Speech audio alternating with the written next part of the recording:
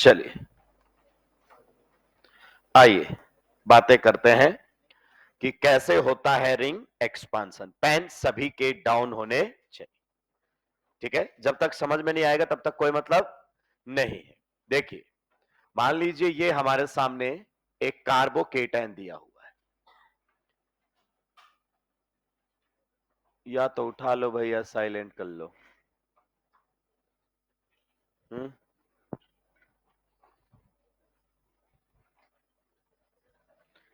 छुपा के भी राक्षस ऐसी जगह लाया कि उसको फोन नहीं मिल रहा है कि है कहां। ठीक है, आइए वापस लौटते हैं। ये कार्बोकेटाइन दिया हुआ है, 4 मेंबर रिंग के सामने क्या बना हुआ है? कार्बोकेटाइन। तो क्या हम क्लियर है कि हम रिंग एक्सपांसन के लिए जाने वाले हैं? अब रिंग एक्सपांसन होता कैसे है, ठीक है। देखिए, वही सिंपल तरीका है। हमें मालूम है ये 4 की रिंग कहा जाएगी 5 में, ठीक है। तो जिस कार्बन पर पॉजिटिव चार्ज था उस पर हम क्या लिखते थे? 1। उससे नेक्स्ट पर क्या लिखते थे? आज भी वही फंडा है, 1-2 शिफ्टिंग ही अलाउड है हमारे यहां पर, ठीक है। तो यहां पर 1 और यहां पर क्या लिख देंगे? 2। अब तक क्या होता था कि 2 नंबर से कोई एटम या फिर कोई ग्रुप माइग्रेट करता था 1 पर। आइए, आप गजनी स्टाइल लोग हैं, भूल गए होंगे कल की बातें, मैं थोड़ा याद दिला देता हूं आपको। हमने ये रीअरेंजमेंट पढ़ा था दोस्तों लास्ट क्लास में, और कैसे पढ़ा था? यहां क्या लिखा था?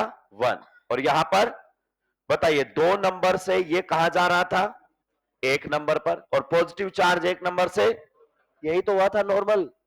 तो आज भी वही होने वाला है, बस इस बार जो शिफ्ट होगा वो आपका सिग्मा बॉन्ड होगा। तो ये जो आपका 2 नंबर पर बना हुआ सिग्मा बॉन्ड है, या तो ये वाला या फिर ये वाला, 2 से कहां चला जाएगा? 1 पर। और पॉजिटिव चार्ज कहां आ जाएगा आपका? 1 से 2 पर। तो यहां पर हम नॉर्मली इसी को ही रीअरेंज करवाते हैं। देखिए किस प्रकार से होगा। यहां पर आपको देखने को मिलेगी 1,2 सिग्मा शिफ्ट। क्या देखने को मिलेगी? 1,2 सिग्मा शिफ्ट। ध्यान से देखिए, ये वाला जो बॉन्ड है, इधर वाले पर ध्यान दीजिए, जो 2 नंबर से बना हुआ था, अब 2 नंबर की बजाय कहां पर चला जाएगा? 1 नंबर। 2 नंबर की बजाय कहां चला जाएगा? 1 नंबर पर। बीच में किस प्रकार का कार्यक्रम हो रहा होगा, थोड़ा सा यहां पर भी समझा देता हूं मैं आपको। ये आपके सामने था कार्बोकेटाइन, जिस पर कैसा चार्ज था? पॉजिटिव। ध्यान से देखिए, ये बॉन्ड पहले किस पर बना हुआ था? आपका 2 नंबर पर। 2 नंबर से टूट रहा है और 1 नंबर पर बन रहा है, मतलब ये बॉन्ड यहां से हटकर कहां चला जाएगा? वहां पर। तभी तो रिंग 4 से 5 की होगी। अरे इस कार्बन को अंदर लेना है कि नहीं लेना है रिंग के अंदर? तो ये बॉन्ड 2 से 1 पर जाएगा, तो पॉजिटिव चार्ज फिर 1 से 2 पर आ जाएगा। पहले एटम ग्रुप शिफ्ट हो रहे थे, बॉन्ड शिफ्ट हो रहा है, इतना डिफरेंस है। तो यहां पर आपका पॉजिटिव चार्ज यहां भी दिखाई देगा, यहां भी, क्योंकि ना तो बॉन्ड कंप्लीटली टूटे हैं और ना ही कंप्लीटली बने हैं। ट्रांजिशन स्टेट में आप जानते हैं partial bond formation, partial bond breaking, ये नहीं भी चमकेगा तो कोई बड़ी बात नहीं है। अब आप देखो तो किस प्रकार का आपको यहां पर दिखाई दे रहा होगा जब पूरा शिफ्टिंग हो गया होगा। अब आप समझो, ये आपका कार्बन नंबर 1, ये कार्बन नंबर 2, ये बॉन्ड 2 से कहां चला गया है बताओ? 1 पर। और पॉजिटिव चार्ज 1 से कहां पर आ गया है? हो गया रिंग एक्सपांसन। देखो 4 की रिंग कितने में चली गई है? 5 में। आप चाहे तो आगे की भी नंबरिंग कर सकते हैं, समझने में और आसानी होगी। ये कार्बन नंबर 3, ये कार्बन नंबर 4 और ये 5। ये देखो, पहले बॉन्ड किसके बीच में था? ये 2 और 5 के बीच में। अब किसके बीच में है बताओ? 1 एंड 5 के बीच में। तो कितने की रिंग बन गई है? 5 की। आप भी जानते हैं कि आप सुंदर सी 5 मेंबर रिंग बनाना जानते हैं, तो इसकी बजाय आप नॉर्मली इसको इस प्रकार से लिखना ज्यादा पसंद करेंगे। तो ये और ये अलग नहीं है, एक ही है। तो आपकी 4 की रिंग कितने में चली गई है? 5। फिर से देखिए, एक और रीअरेंजमेंट देखते हैं। सभी का ध्यान बोर्ड पर होना चाहिए, जब तक चीजें समझ में ना आए तब तक आगे नहीं बढ़ना है। ये हमारे सामने कार्बोकेटाइन दिया हुआ है, बताइए क्या ये रिंग एक्सपांसन करेगा? यस, 5 मेंबर्ड रिंग से नेक्स्ट कार्बन पर पॉजिटिव चार्ज है, we will go for ring expansion.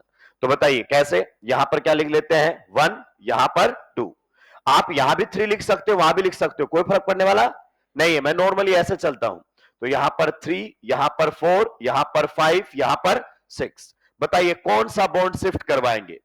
2 number पर जो बना हुआ बॉन्ड है ये वाला, 2 से कहां जाएगा? 1 पर। तो पॉजिटिव चार्ज कहां से कहां आएगा? 1 से एक्सचेंज हो जाएंगे दोनों के दोनों। 5 की रिंग कितने में चली जाएगी? 6 में। तो यहां पर आपको देखने को मिलेगा 1,2 सिग्मा शिफ्ट। इस बार केवल बॉन्ड हमें शिफ्ट करवाना है, तो स्लो मोशन में आप समझिए किस प्रकार से मामला आपको होता हुआ दिखाई देगा। सभी का ध्यान बोर्ड पर होना चाहिए। ये जो बॉन्ड है, ये था कार्बन नंबर 1, ये था 2, ये था 3, ये था 4, ये था 5 और ये था 6। पहले जो बॉन्ड 6 नंबर का 2 से बना हुआ था, अब किस पर बनेगा? 1 पर। तो बॉन्ड तो गया है 2 से, बताओ 1 पर, और पॉजिटिव चार्ज आ जाएगा 1 से 2 पर। तो हो गया रिंग एक्सपांशन। कितने की रिंग बन गई है बताओ? 6 की। आप जानते हैं इससे भी सुंदर रिंग बना सकते हैं आप, 6 मेंबर। क्लियर? इस प्रकार से यहां पर क्या दिखा दीजिए, पॉजिटिव नंबरिंग करना चाहे कंटिन्यू कर सकते हैं। यहां पर 1 है, यहां पर 2 है, यहां पर 3 है, यहां पर 4 है, 5 है एंड 6 है। क्लियर? और 2-4 एग्जांपल करते हैं, सभी का ध्यान बोर्ड पर होना चाहिए। मान लीजिए ये कार्बोकेटाइन आपके सामने दिया गया है, ये कार्बोकेटाइन, बताइए क्या यहां पर आपको रिंग एक्सपांशन देखने को मिलेगा? Yes, there is carbocation next to the 4 membered ring. किस प्रकार से चलेंगे बताओ? यहां पर लिखेंगे 1, यहां पर 3, यहां पर 4, यहां पर। अब एक बच्चा कह रहा है कि सर आपने 2 यहां लिखा, 3 यहां लिखा, मैंने 3 यहां लिख दिया, 4 5, कोई फर्क होगा? कोई फर्क नहीं होगा, क्योंकि 2 नंबर से बॉन्ड जाएगा, ये वाला भी जा सकता है, वो वाला भी जा सकता है, उससे कोई फर्क पड़ने वाला नहीं है। क्लियर? तो बताइए जब आप रीअरेंज करवाएंगे तो ये वाला जो बॉन्ड है, ये 2 से कहां चला जाएगा? 1 पर। जो भी जाएगा इलेक्ट्रॉन लेकर जाएगा, मतलब इस बॉन्ड के दोनों इलेक्ट्रॉन उधर जाएंगे। तो आप बताइए ये आपको देखने को मिलेगा 1,2 सिग्मा शिफ्ट। कौन शिफ्ट हो रहा है इस बार? Sigma bond.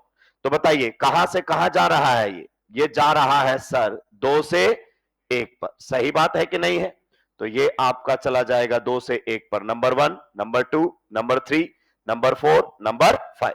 अगर बॉन्ड गया है 2 से 1 पर तो पॉजिटिव चार्ज आएगा 1 से 2 पर। ये आपका रीअरेंजमेंट के बाद बन गया कि नहीं बन गया? बढ़िया तरीके से इसको आप एक बार लिख लीजिए अच्छे तरीके से। कितने की रिंग बन गई है? 5 की। कितने की रिंग बन गई है? 5 की। बताइए यहां पर कौन है? 1 नंबर। 1 नंबर पर कौन जुड़ा हुआ है? मिथाइल।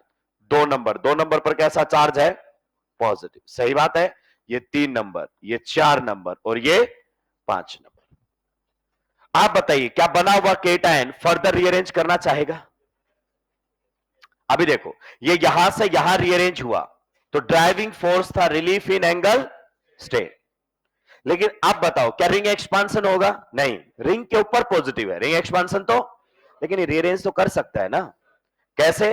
अगर यहां से H इधर आ जाए, पॉजिटिव उधर चला जाए तो 2 डिग्री से 3 डिग्री हो जाएगा। आप बोलोगे सर इस बार तो उल्टा हो गया है, पॉजिटिव चार्ज 2 से 1 पर जा रहा है और आपका एटम ग्रुप 1 से 2 पर आ रहा है, तो नंबरिंग दोबारा से कर लो। ये तो आपने पुरानी नंबरिंग की हुई है, तो नंबरिंग से कंफ्यूज होने की जरूरत। अब आप इस नंबरिंग को हटा दो, आपको पता चल चुका है यही कार्बोकेटाइन है क्या। अब दोबारा से रीअरेंज करवाना है तो जिस पर पॉजिटिव उस पर लिख दो 1 और उससे नेक्स्ट पर लिख दो 2। आप बताइए 2 नंबर पर हाइड्रोजन अवेलेबल है क्या? तो शिफ्टिंग हुई तो हाइड्रोजन की ही होगी, सोचने की जरूरत ही। तो आप फिर से करवा सकते हैं 1,2 क्या देखने को मिलेगा बताओ आपको? Hydride shift. अगर 1,2 हाइड्राइड शिफ्ट करवाया तो आपस में एक्सचेंज हो जाएंगे, आपका हाइड्रोजन इधर चला गया, पॉजिटिव चार्ज इधर आ गया। यहां से यहां जाने का ड्राइविंग फोर्स बताओ। ये कार्बोकेटाइन कौन सी डिग्री का था? 2 डिग्री दोस्तों। और ये कार्बोकेटाइन कौन सी डिग्री का बन गया है? 3 डिग्री दोस्तों। डिग्री से नहीं जानना चाहते? मत जानिए। कितने अल्फा एच थे? 1 और 2 3। अब कितने हैं? 3 2 5 और 2, तो इंक्रीज इन अल्फा एच। तो यहां से यहां जाने का driving force relief in angle state, यहां से यहां जाने का driving force increase in alpha H. Stability बढ़नी चाहिए हर बार। केटायन की जैसे जैसे स्टेबिलिटी बढ़ेगी वैसे वैसे वो रीअरेंज करता रहेगा। तो ये मैंने आपके सामने रीअरेंज करके बता दिया है। अगले वाला आप खुद से ट्राई करेंगे कि ये कार्बोकेटाइन रीअरेंज करके यहां से यहां तक कैसे पहुंचेगा। ये आप खुद से कर सकते हैं। क्लियर? सुलटा दीजिए।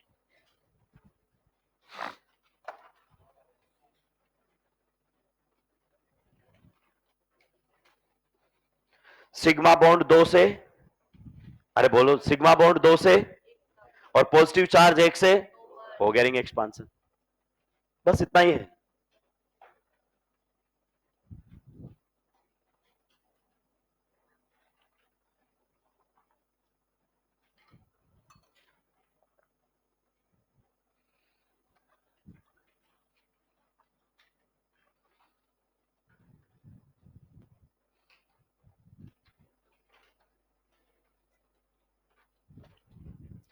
टेस्ट सिलेबस आपको मालूम है एल्केन तक ही है। कहां तक है? एल्केन तक। कल की क्लास, आज की क्लास आपके टेस्ट सिलेबस में नहीं है। पहले बताते, हम आते ही नहीं। तो अभी राउंड 4 चल रहा है काउंसलिंग का। 530, 35, 40 या उससे ऊपर आ जाए तो काउंसलिंग के लिए चले जाना फिर तुम लोग।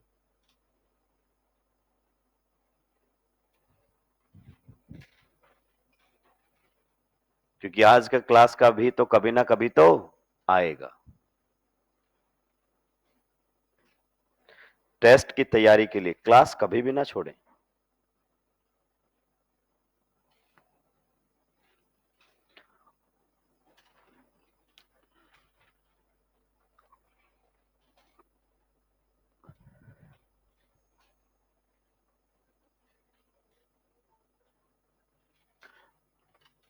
ये वाला,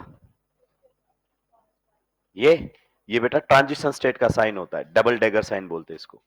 जैसे कायरलिटी सेंटर पर हम स्टार बनाते हैं ना, रिप्रेजेंटेशन है, ऐसे टीएस पर हम ये साइन बनाते हैं, रिप्रेजेंट करने का तरीका है ये वाला।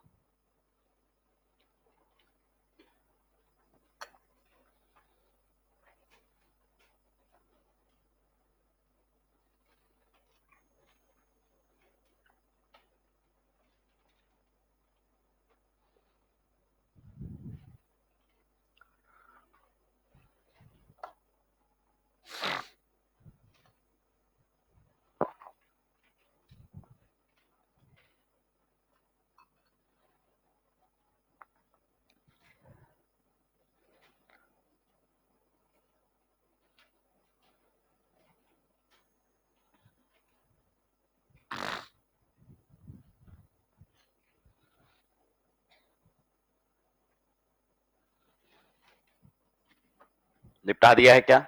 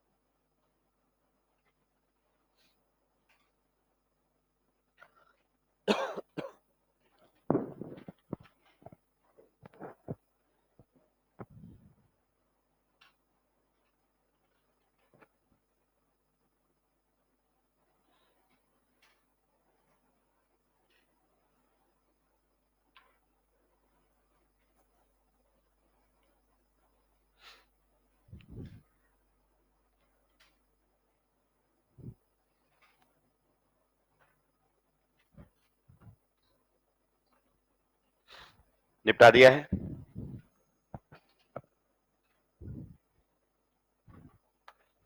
ऊपर वाले दो हटा सकता हूं।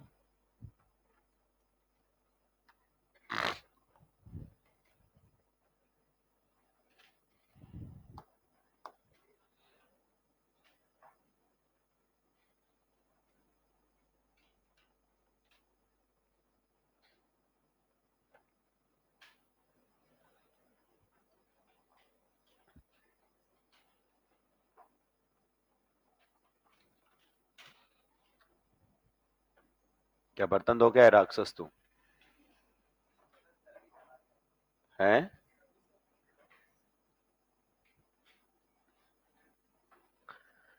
घर वालों ने एक ही तो काम दिया हुआ है, पढ़ने का, और वो भी हम नहीं कर रहे हैं। कुछ तो हम लोग आपको नहीं पढ़ने दे रहे हैं ना। सही बोल रहा हूँ गलत बोल रहा हूँ? सही बोल रहा हूं मैं। मास्टर इतना मीठा बोल रहा है, बच्चे डायबिटिक हो रहे हैं।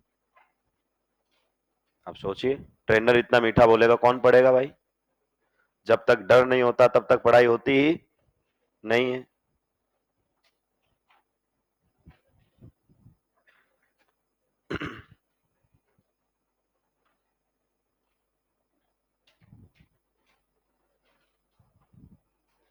ट्राई करेंगे अगले क्वेश्चन को। अगले वाले क्वेश्चन को ट्राई करना चाहेंगे आप लोग? कीजिए, फिर किसने रोका है? ट्राई तो करेंगे, पहले आप बना दीजिए। पहले आपके बनाने के बाद हम सोचेंगे। सिंपल तरीका वही, कोई नई बात इसके अंदर नहीं है। नोट डाउन कर लिए दोनों वाले एग्जांपल? ये पेन डाउन, बोर्ड पे नजरें। सिंपल, 4 मेंबर रिंग के सामने क्या है? Carbocation. It will undergo ring expansion, यानी कि आपके भले ही अल्फा एच कम हो रहे हैं, उससे कोई फर्क पड़ने वाला। ड्राइविंग फोर्स हम जान चुके हैं, रिलीफ इन एंगल स्ट्रेन। कैसे करवाते हैं रिंग एक्सपांशन? अरे ये भी तो 1-2 शिफ्टिंग ही है। जिस पर पॉजिटिव चार्ज है उस पर क्या लिख दो? 1। उससे नेक्स्ट पर, इतने से भी काम चल जाएगा आपका। तो पर अगर आप रिंग एक साथ देखना चाहते हैं कि पहले रिंग कितने की थी? 4 की, रीअरेंजमेंट के बाद किसकी बनाना चाहते हैं? 5 की, तो इस कार्बन को रिंग के अंदर ले लेंगे हम। तो यहां पर आप 3, 4, 5। क्लियर? बताइए कौन सा बॉन्ड शिफ्ट करेगा रिंग एक्सपांशन में? या तो 2 या 3 का शिफ्ट करेगा, या फिर 2 या 5 का। दोनों में से कोई सा भी हो सकता है। आप बोलोगे सर मैं ये करवाऊंगा तो मैं नंबरिंग इस तरीके से कर ले जाऊंगा, कोई फर्क पड़ने वाला ही नहीं है। ठीक है, तो दोनों में से कोई सा भी बॉन्ड आपका शिफ्ट कर सकता है दोस्तों। मान लीजिए ये वाला आपका जो बॉन्ड है वो यहां से यहां जा रहा है। अब बताइए किस प्रकार का यहां पर माहौल रहेगा। बढ़िया तरीके से आप चीजों को एकदम ऑब्जर्व कीजिए। बॉन्ड जो आपका पहले कहां पर बना हुआ था? बताइए 2 नंबर पर, उठकर कहां चला गया है? बताइए 1 नंबर पर। सही बात है कि नहीं है? तो ये आपका 1 नंबर है, ये आपका 2 नंबर है। अगर बॉन्ड गया है 2 से 1 पर तो पॉजिटिव चार्ज आएगा 1 से 2 पर। सही बात है कि नहीं है? इसको और बढ़िया तरीके से आप लिख लीजिए, 5 की रिंग बना लीजिए। ये 5 मेंबर रिंग। बताइए 1 पर क्या लगा हुआ है? 2 मिथाइल। बताइए 2 पर क्या लगा हुआ है? पॉजिटिव। ये 3, 4 एंड 5। क्या बना हुआ केटाइन फिर से रीअरेंज करना चाहेगा? बिल्कुल सही। आप बताइए अगर ये पॉजिटिव इधर आ जाए तो यहां से कोई ग्रुप उधर चला जाए तो 2 डिग्री से 3 डिग्री चला जाएगा। अब आप समझिए, देखो यहां से यहां आने का तो इसका कोई मतलब नहीं है, यहां से वहां जाने पर इसकी स्टेबिलिटी बढ़ेगी। तो इधर से कोई ना कोई शिफ्ट करेगा, तो या तो मिथाइल शिफ्ट करे। सही बात है कि नहीं है? या तो इन दोनों में से जाए, या फिर ये वाला बॉन्ड जाए। तो ये बॉन्ड तो नहीं जाएगा। क्यों? क्योंकि अगर ये बॉन्ड गया तो वापस से यहां पर रिंग कितने की हो जाएगी? 4 की, पीछे लौट जाओगे। तो इसका तो कोई मतलब ही नहीं है। तो फिर किसको जाना पड़ेगा? इन दोनों में से किसी एक को। और कौन जाएगा बताओ? कोई भी चला जाए, एक ही बात है। तो आपको फिर से देखने को मिलेगा 1,2 क्या? Methyl shift. 1,2 मिथाइल शिफ्ट, यानी कि आपका जो है यहां से यहां पॉजिटिव वहां। तो नया जो केटाइन आप लोगों के सामने बनकर आएगा वो कुछ इस प्रकार से, आपका जो पॉजिटिव चार्ज है वो उधर चला गया है, लीजिए, और मिथाइल ग्रुप इधर आ गया है। यहां से यहां जाने का driving force relief in angle strain, यहां से वहां जाने का इंक्रीज इन अल्फा एच। कैसे? बताओ कितने अल्फा एच थे यहां पर? मात्र 2। यहां पर कितने हैं? 3, 2 5 और 1 6 अल्फा एच। तो आप देख लीजिए ये लेस स्टेबल केटायन है, वो मोर स्टेबल केटायन है। तो जब जब एग्जिस्टिंग से ज्यादा स्टेबल बन सकता है, रीअरेंज होगा। नेक्स्ट वाला मैंने डायरेक्ट आंसर लिखा हुआ है, इसमें 4 की रिंग थी, उसमें 5 की, डिफरेंस इतना सा है। तो इसको नोट कर लेंगे, इसको डायरेक्ट लिखेंगे, घर जाके ट्राई करेंगे। जिनके आंसर्स डायरेक्ट मिल जाएं उनको आपको जब भी रिवाइज करोगे पेंसिल से सोल्व करते रहना है।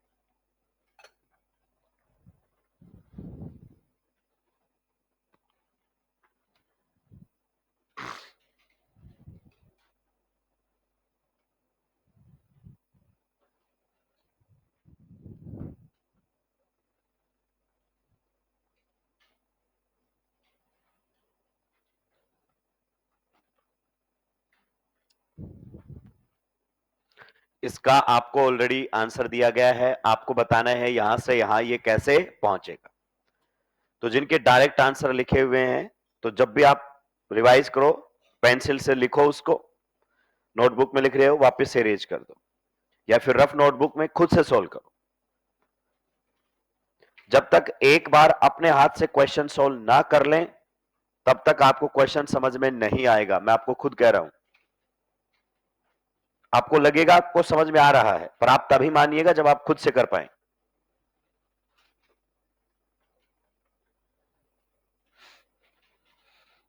इस वाले केटाइन के बारे में बताओ, ये रीअरेंज करेगा नहीं करेगा? पहले तो बताओ, करेगा या नहीं करेगा?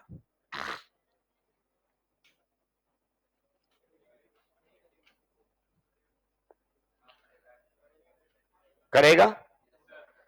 5 मेंबर रिंग के सामने कैसा चार्ज है? पॉजिटिव। सो क्या रिंग एक्सपांसन करवाओगे या नॉर्मल हाइड्राइड शिफ्ट करवाओगे? Ring expansion. तो रिंग एक्सपांसन के बाद एंटी एरोमेटिक नहीं बन जाएगा? देखो, एंटी एरोमेटिक बनेगा कि नहीं बनेगा? तो फिर करवाना चाहिए कि नहीं करवाना चाहिए? करवाना चाहिए कि नहीं करवाना चाहिए?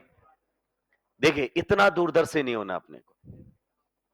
यह सही बात है, एंटी एरोमेटिक कहां होगा?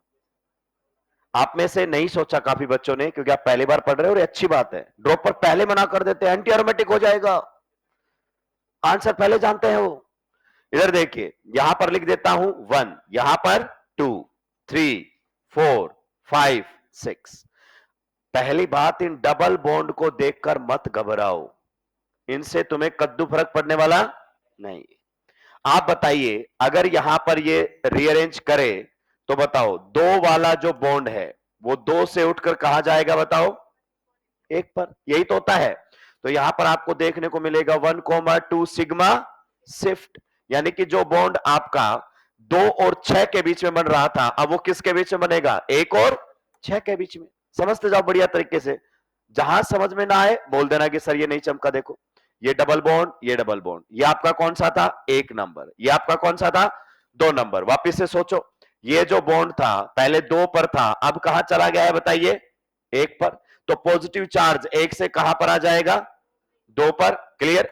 ये आपके सामने 3 नंबर, ये आपके सामने 4 नंबर, ये आपके सामने 5 नंबर, और ये 6 नंबर। बताइए 5 की रिंग किस में चले गई है? 6 में। अच्छी नहीं दिख रही, कुछ सुंदर सी बनाते हैं 6 मेंबर रिंग। नंबरिंग आपको हमेशा बेनिफिट दिलाएगा कि कौन कहां जुड़ा है, पता चल जाएगा। जैसे ये आपका कार्बन नंबर 1, ये कार्बन नंबर 2। कार्बन नंबर 2 पर कैसा चार्ज है? पॉजिटिव।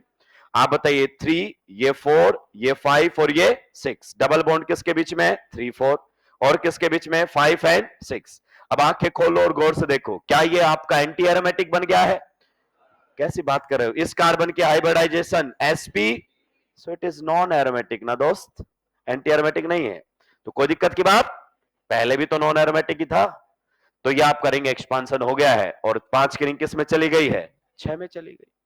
तो ये रिंग एक्सपांसन के एग्जाम्पल है, बहुत सिंपल से आपके पास आते हैं। मैं आपको एक बात बता दूं, इससे आगे खोपड़ा खराब नहीं करना है, ये हमेशा ध्यान रखना है, क्योंकि आपको पूरी एनसीईआरटी में रिंग एक्सपांसन नहीं मिलेगा। हम ऑलरेडी दायरा क्रॉस कर चुके हैं, और तुम क्या करते हो? स्टार्टिंग के कुछ चैप्टर में जेई एडवांस तक के क्वेश्चंस करना चाहते हो, और आखिरी में जाके पढ़ते भी नहीं हो।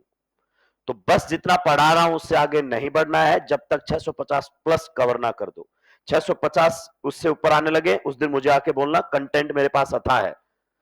जहां से भी पूछोगे उससे 2 बातें ज्यादा ही बता दूंगा, पर जब तक 650 ना आए वो बातें आपके लिए जहर है, किसी काम की नहीं है। सुलटाइए इसको।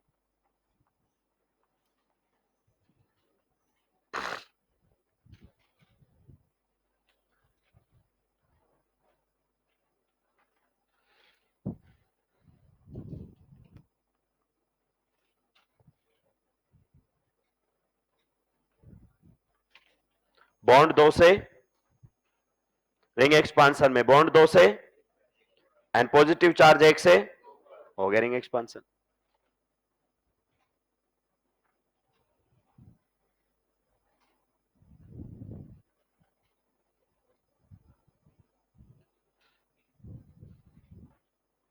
रिंग साइज बढ़ाना हो, रिंग साइज घटाना हो, सिग्मा बॉन्ड को शिफ्ट कराना है। जब भी रिंग साइज बढ़ेगा या रिंग साइज घटेगा, तो आपका सिग्मा बॉन्ड शिफ्ट होता हुआ आपको नजर आएगा।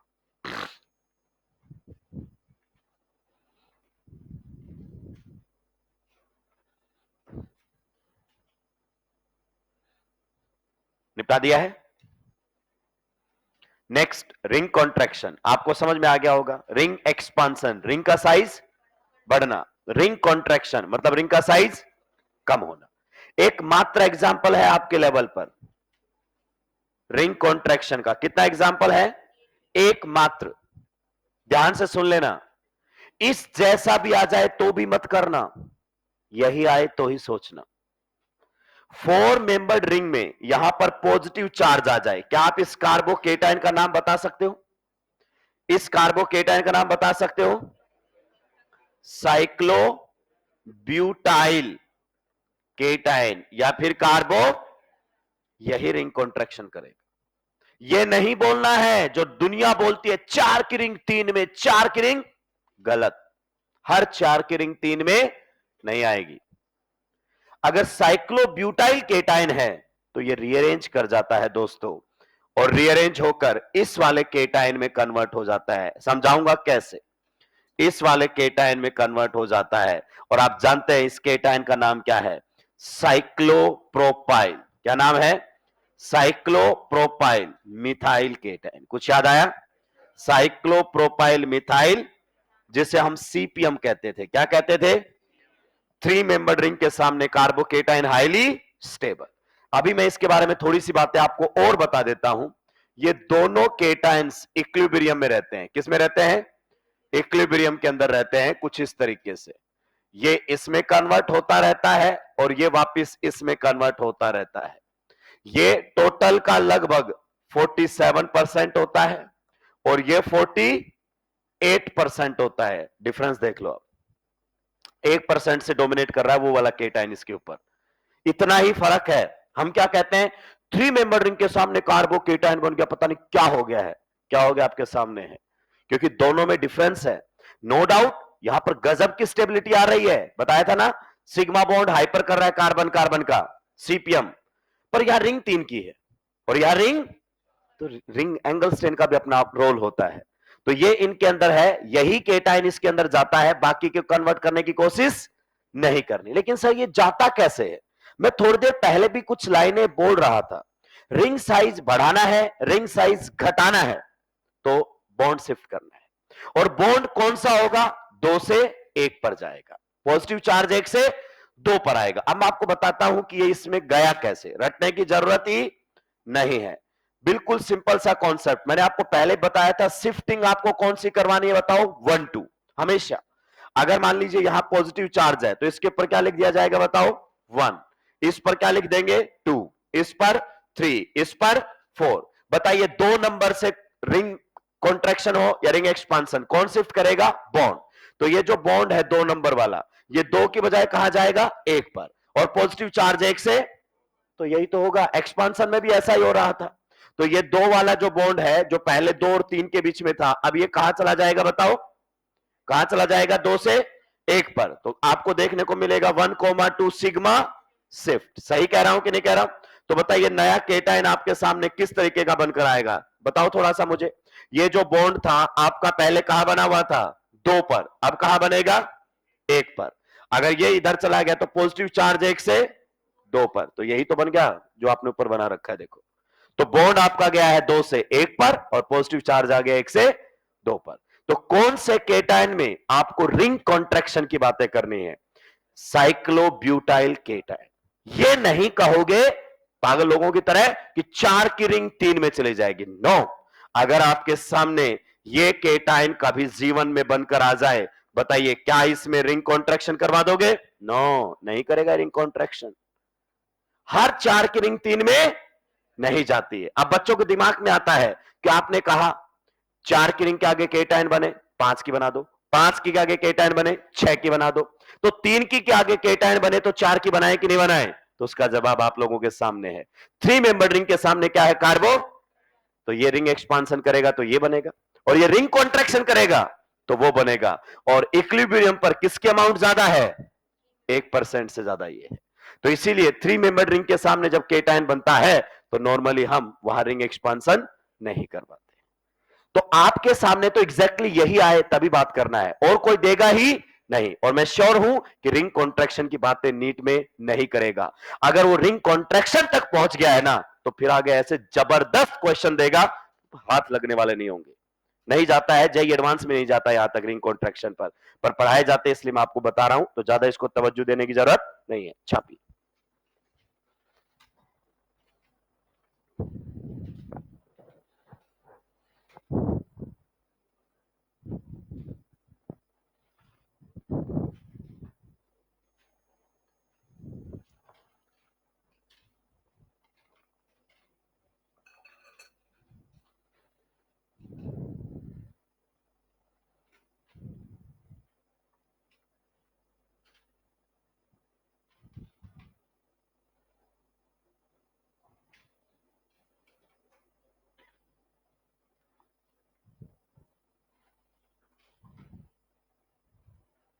रिंग कॉन्ट्रैक्शन मतलब साइज कम होना, रिंग एक्सपांसन मतलब साइज बढ़ना।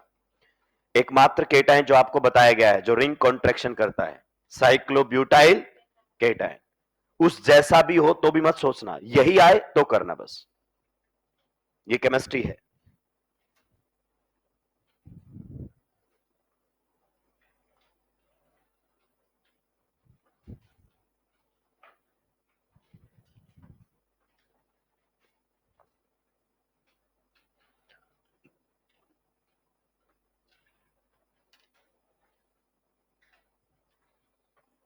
चाहे रिंग एक्सपांसन हो चाहे रिंग कॉन्ट्रैक्शन हो, सिग्मा बॉन्ड 2 से 1 पर और पॉजिटिव चार्ज 1 से 2 पर। सिंपल, ऐसे भी पहले हुआ था, एटम या ग्रुप 2 से 1 पर, चार्ज 1 से 2 पर। निपटा दिया है।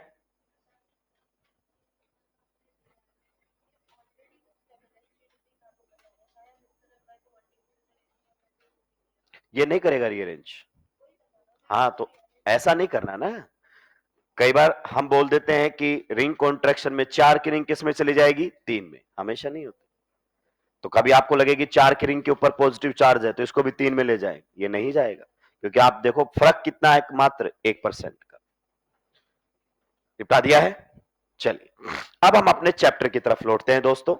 ये हमने इसलिए पढ़ा है क्योंकि बीच बीच में केटायन बनते रहेंगे और आगे रिएक्शंस में जब भी बनेंगे तो हम सोचते रहेंगे कि वो रीअरेंज करेगा या नहीं करेगा। आप जानते हैं सिंपल सा कॉन्सेप्ट है, केटायन तभी रीअरेंज करेगा जब उसकी स्टेबिलिटी बढ़ेगी। आप उसके साथ जबरदस्ती नहीं करेंगे। क्लियर है कि नहीं है? एक लास्ट नोट लगाकर एक बार आप लिख दे, फिर मैं आगे बढ़ूंगा। नोट लगाकर लिख दीजिए, नोट।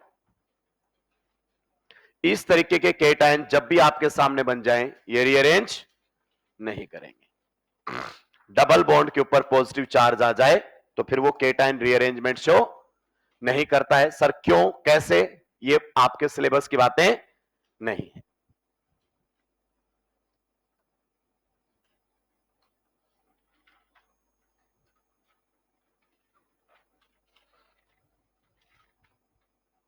Do not rearrange. इस तरीके के केटायन आपके रीअरेंजमेंट शो नहीं करेंगे। डबल बॉन्ड के ऊपर पॉजिटिव चार्ज है या फिर ट्रिपल बॉन्ड के ऊपर पॉजिटिव चार्ज है, इस तरीके के केटायंस आपके रीअरेंजमेंट शो नहीं करते हैं। क्यों, कैसे, कोई नहीं पूछने वाला, रिजल्ट है, ध्यान रखना है।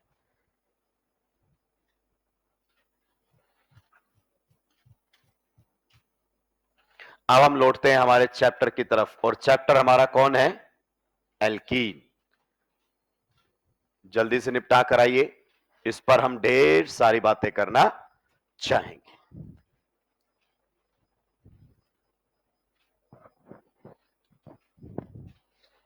निपटा दिया है? नोट आपने नोट डाउन कर दिया है?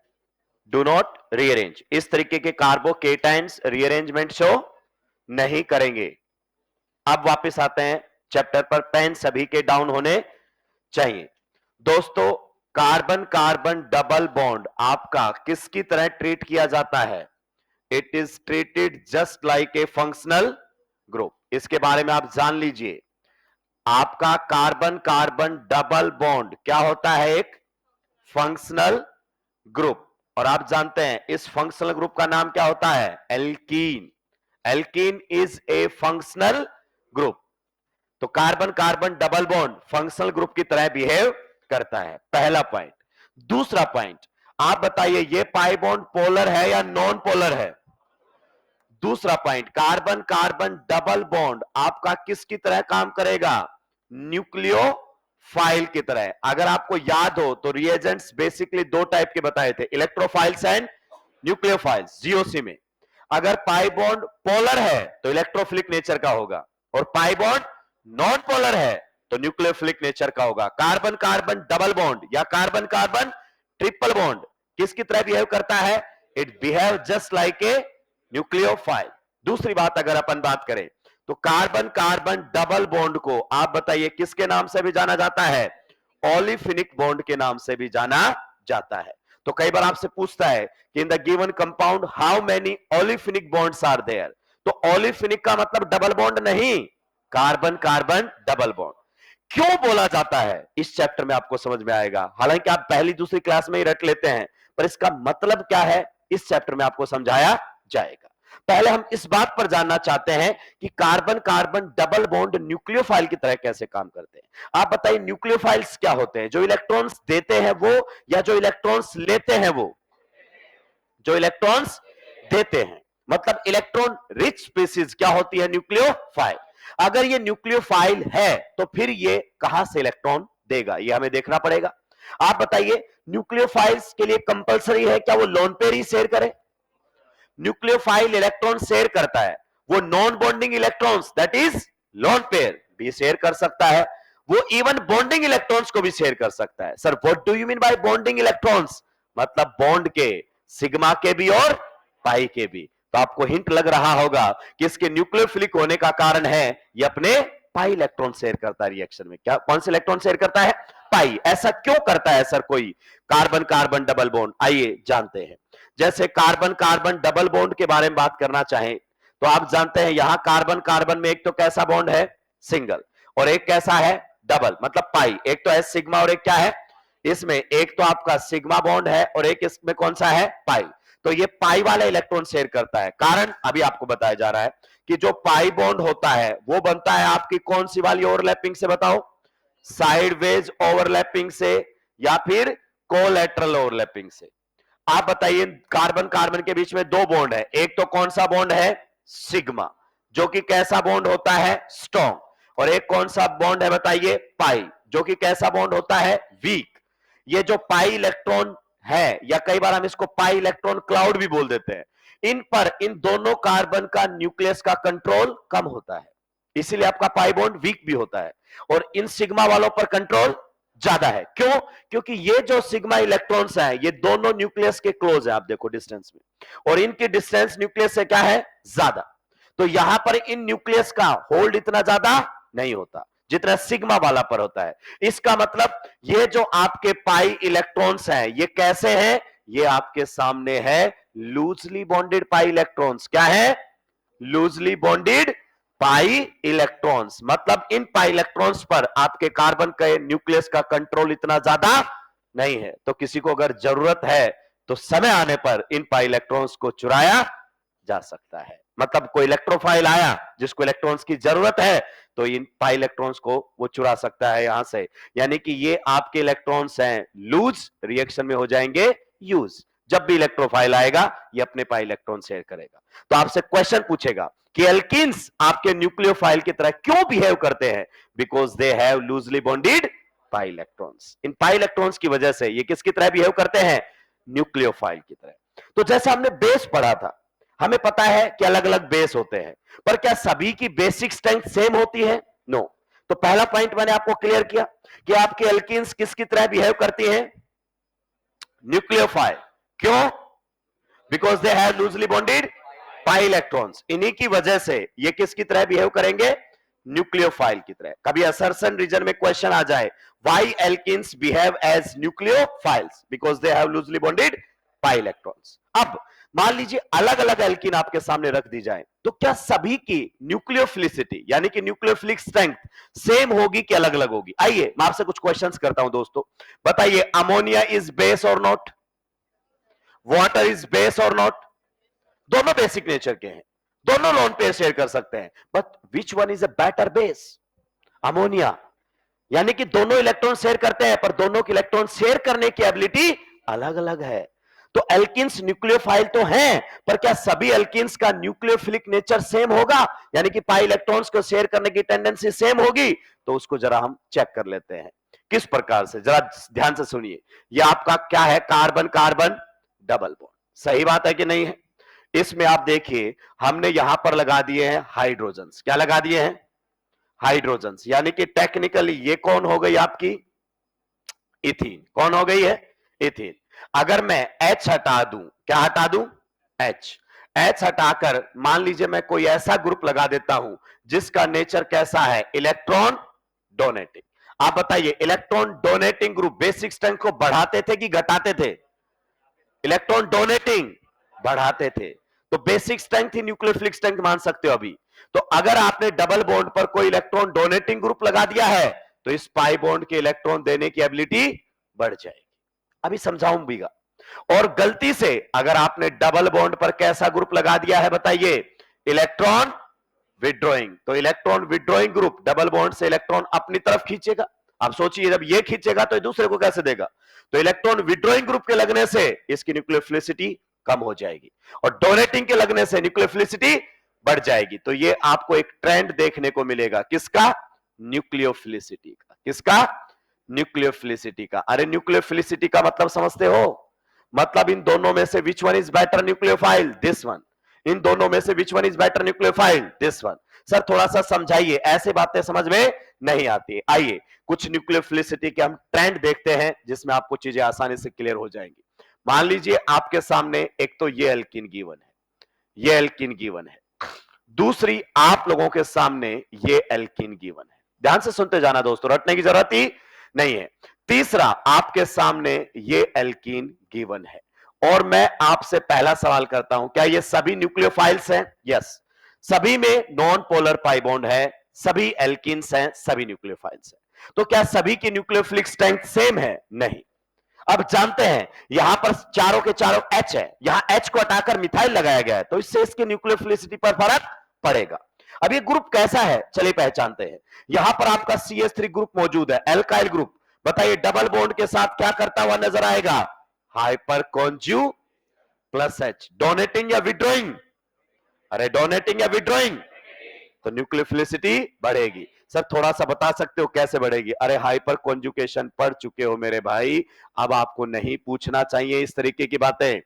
आप बताइए, जब यहां पर हाइपर कॉन्जुकेशन होगा तो कैसे होता है hyper conjugation? This is alpha carbon, ये सिग्मा बॉन्ड इधर आएगा और ये पाई बॉन्ड उधर जाएगा। तो बताइए इसने प्लस H से यहां पर नेगेटिव चार्ज बना दिया कि नहीं बना दिया?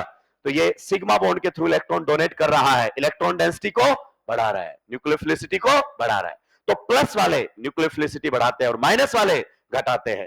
तो बताइए यहां तो एक का ही प्लस H है, यहां पर कितनों का प्लस H है? 2 का प्लस H है। इसमें कितने अल्फा H है बताओ? There are only 3 alpha hydrogens and there are 6 alpha H। तो बताइए इससे बेटर न्यूक्लियोफाइल ये, इससे बेटर न्यूक्लियोफाइल वो। किसी को कोई दिक्कत आपत्ति परेशानी? So this is the trend of nucleophilicity. Next और कंपेयर करते हैं। आइए दोस्तों, रटने की कहीं कोई जरूरत नहीं है।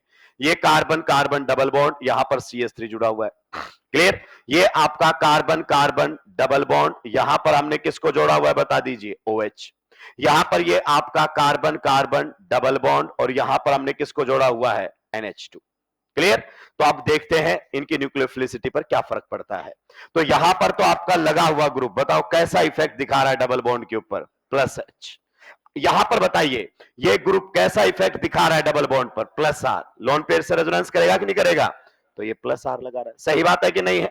और ये वाला भी तो कैसा लगा रहा है? Plus R। तो बताइए प्लस वाले न्यूक्लियोफिलिसिटी को बढ़ाएंगे कि घटाएंगे? बढ़ाएंगे। तो पहले बताओ इन दोनों में से बेटर न्यूक्लियोफाइल कौन है? प्लस H या प्लस R में डोमिनेट कौन करता है? Plus R। तो इसकी न्यूक्लियोफिलिसिटी से ज्यादा। इन दोनों का प्लस R सेम है कि अलग अलग है?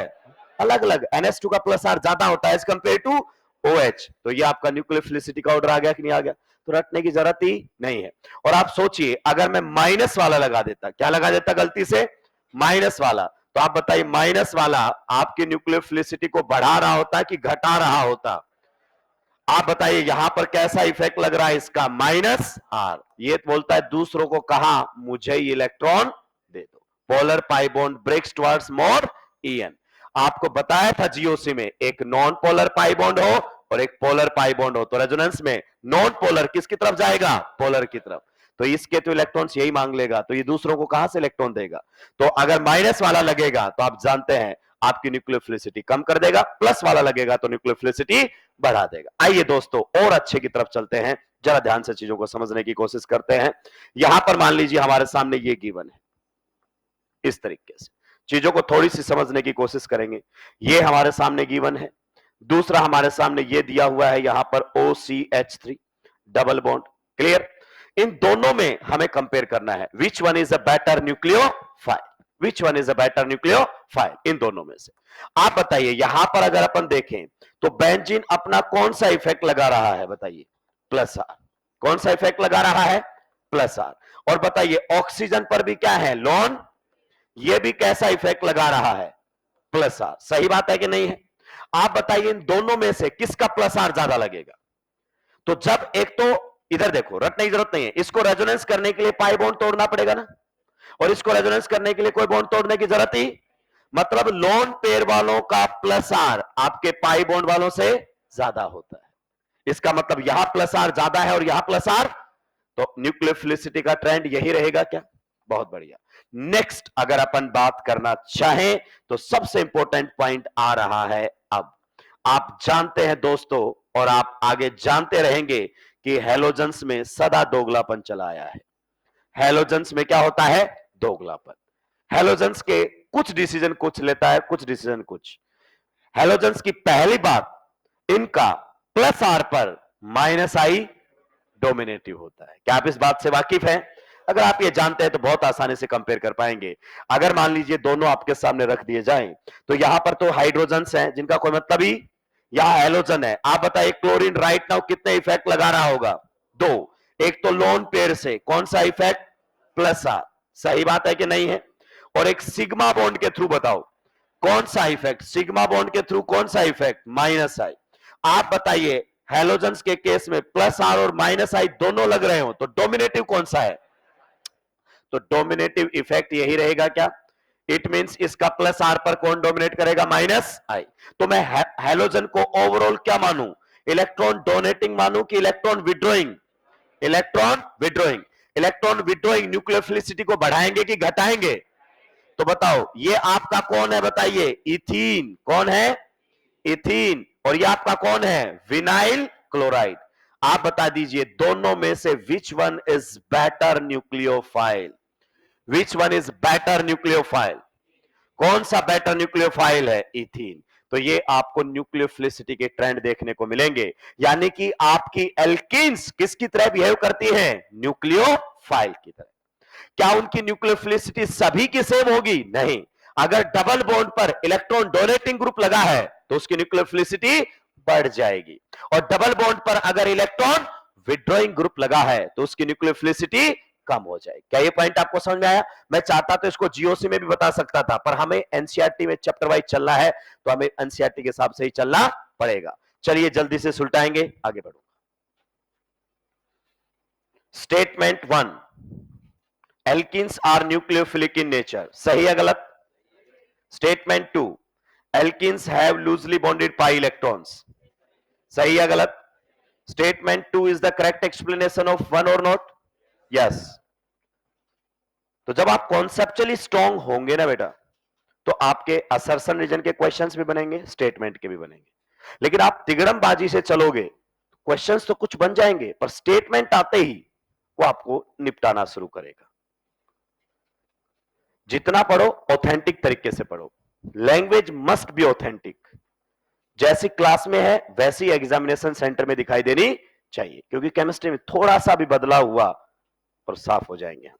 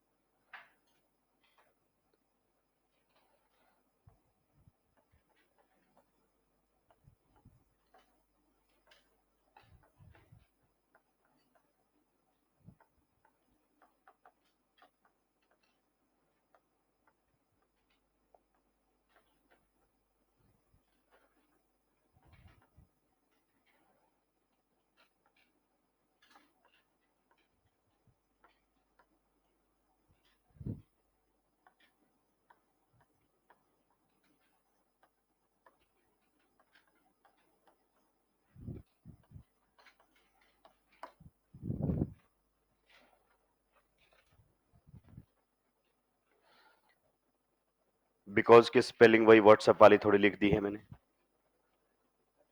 इतना आप समझ जाएंगे।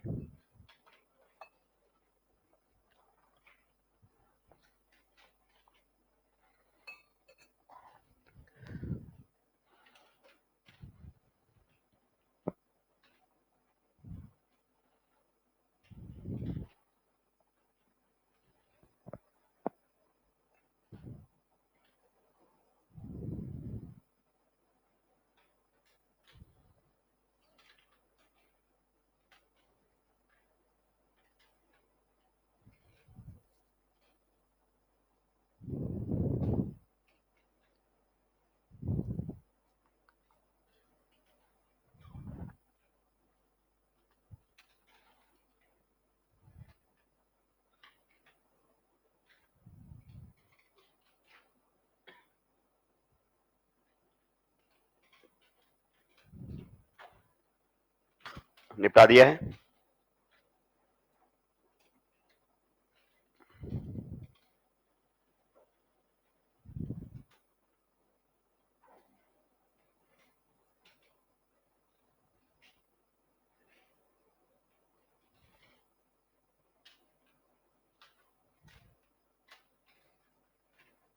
डबल बॉन्ड पर डोनेटिंग ग्रुप के आने से न्यूक्लियोफिलिसिटी और विड्रॉइंग के आने से न्यूक्लियोफिलिसिटी कम हो जाएगी। न्यूक्लियोफिलिसिटी का मतलब न्यूक्लियोफिलिक स्ट्रेंथ, कौन इलेक्ट्रॉन आसानी से शेयर करेगा। स्लाइड चेंज कर सकते हैं, ये वाला भी नोट कर लिया है ना।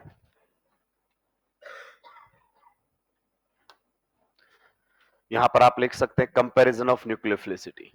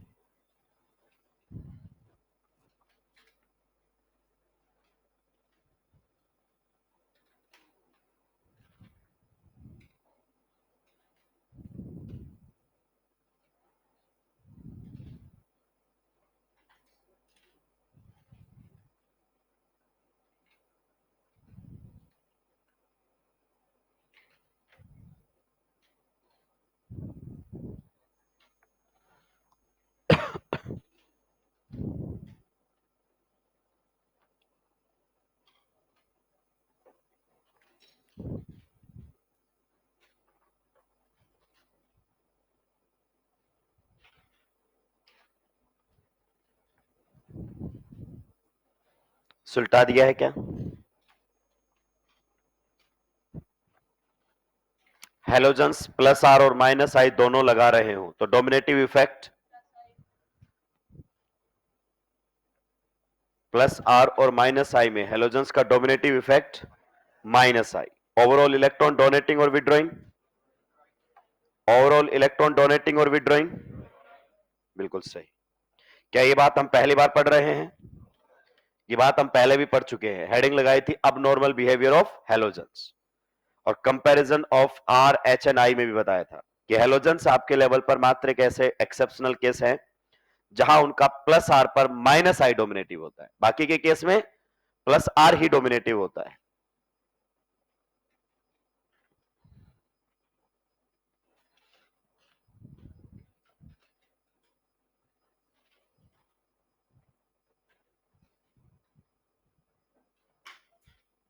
सुलटा दिए हो।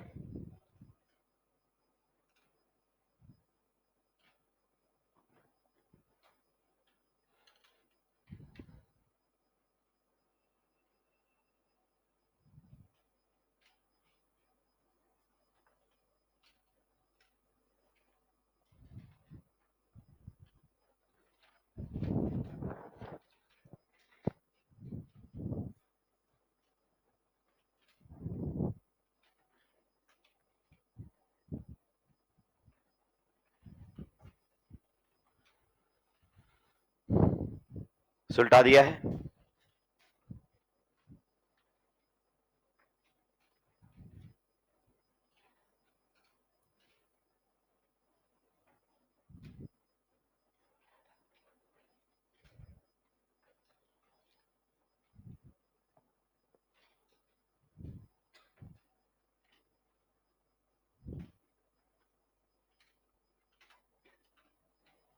अब सुलटा दिया है,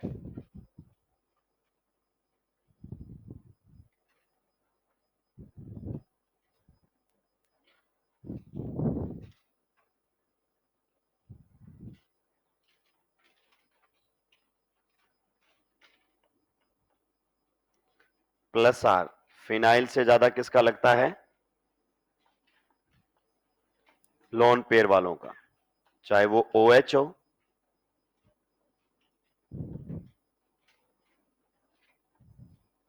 चाहे वो आपका OR हो, चाहे वो आपका NH2 हो। लोन पेयर वालों का प्लस आर आपका क्या लगेगा? ज्यादा। सिंपल। यहां रेजोनेंस करने के लिए, प्लस आर लगाने के लिए क्या करना पड़ता है? बॉन्ड को तोड़ना पड़ता है। पर यहां ऐसा कुछ करने की जरूरत ही, जो हम शेयर कर रहे हैं उनका तो बॉन्डिंग में कहीं रोल ही नहीं है। तो ये ध्यान रखने का तरीका रहेगा। निपटा दिया है? अरे हाँ या ना? कुछ लोग क्या है, फिजिकली तो घर से लौट आए, पर मेंटली अभी भी वहीं टिके हुए हैं। अगर दीपावली के बाद घर पर मिठाइयां रह गई थी, बच गई थी, तो खत्म करके ही आते तुम लोग। तब तो मोटिवेट हो गए कि नहीं, फ्राइडे की क्लास में किसी भी हालत में नहीं छोड़ूंगा, नहीं छोड़ूंगी। अब रह रह के ख्याल आते हैं कि जो 2 डब्बे मिठाई के बचे हुए थे वो तो मेरे बाद ही खाए जाएंगे।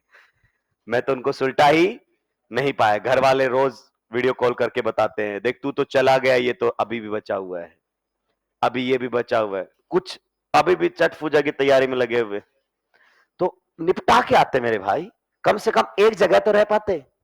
अब ना उधर हो ना इधर हो, जिंदा लाश बैठे हुए एकदम। आगे बढ़ सकता हूं? आधा टाइम तो तुमको जगाने में लग जाता है, इसीलिए सर लोगों ने जुगाड़ ढूंढ लिया कि पढ़ाओ मत, दूसरे तरीके से एंटरटेन करते रहो बस इनको। आते हैं केमिकल रिएक्शन। जब भी हम कोई चैप्टर शुरू करते हैं तो सबसे पहले क्या पढ़ते हैं? Chemical reaction.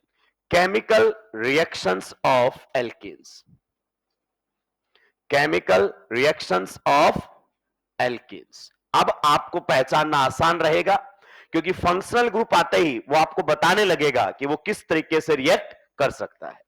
तो हेडिंग लगा देंगे chemical reaction of alkenes, chemical reaction of alkenes. NCERT इसको केमिकल प्रॉपर्टीज से लिखता है, हम केमिकल रिएक्शन ऑफ एल्कीन्स लिखेंगे। लगा दिया है? लिखिए, characteristic reaction of alkenes is electrophilic addition. Characteristic reaction of alkenes is electrophilic addition.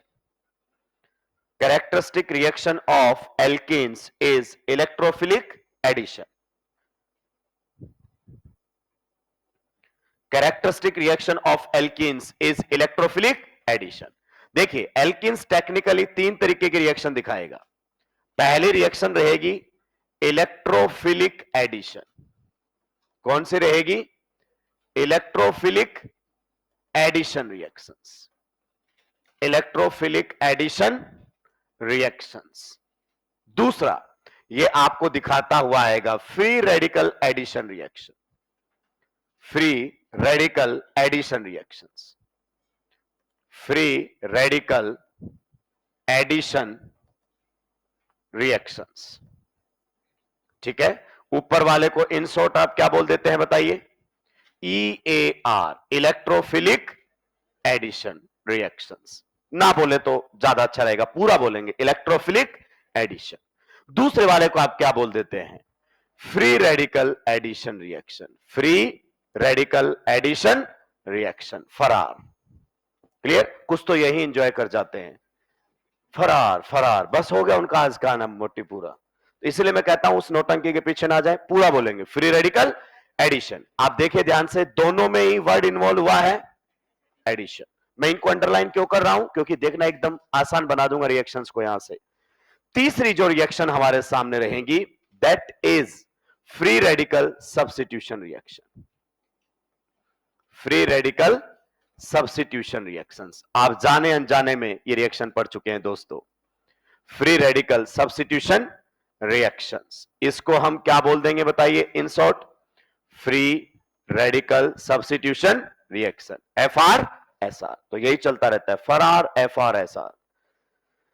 तीन रिएक्शन ये मेनली दिखाता है, दो इसकी एडिशन रिएक्शन है और एक इसकी सब्स्टिट्यूशन रिएक्शन है। सर आपने जो ऊपर लाइन लिखी है उसका मतलब समझाइए फिर। ऊपर लाइन जो लिखी है उसको पढ़कर सुनाओ, क्या लिखा आपने? Characteristic reaction of alkenes is electrophilic addition. Do you know the characteristic reaction? Characteristic reaction का मतलब मेन रिएक्शन। मान लीजिए कोई फंक्शनल ग्रुप 100 रिएक्शन दिखाता है और उनमें से 85 रिएक्शन एक टाइप की हैं और बाकी अलग हैं, तो वो कैरेक्टरिस्टिक रिएक्शन कहलाएगा। मतलब ये जितनी भी आपके सिलेबस में रिएक्शन दिखा रहा है ना, जितने भी दिखा रहा है, उनमें से एक फ्री रेडिकल एडिशन आएगा, एक ही, और एक फ्री रेडिकल सब्स्टिट्यूशन आएगा, और 8 से 10 रिएक्शन इस कैटेगरी में लाई करेंगी। इसका मतलब मेजॉरिटी ऑफ रिएक्शन इस कैटेगरी में लाई करती हैं इसकी, इसीलिए वो उसकी कैरेक्टरिस्टिक रिएक्शन है। आगे बात समझ में? आइए थोड़ा और समझाता हूं। कार्बन कार्बन डबल बॉन्ड आपका क्या है बताइए? Functional group. और फंक्शनल ग्रुप आपको क्लियरली बता देता है कि वो किस तरीके की रिएक्शन करना पसंद करेगा, किस तरीके की रिएक्शन करना पसंद करेगा। देखिए जब भी ऑर्गेनिक केमिस्ट्री में रिएक्शंस को समझना है ना, तो रिएक्शन को मत रटिए, रटना ही है तो फंक्शनल ग्रुप को रटिए। आपने स्टार्टिंग में ऑर्गेनिक केमिस्ट्री में पढ़ा होगा, फंक्शनल ग्रुप की डेफिनेशन किसी को मालूम है?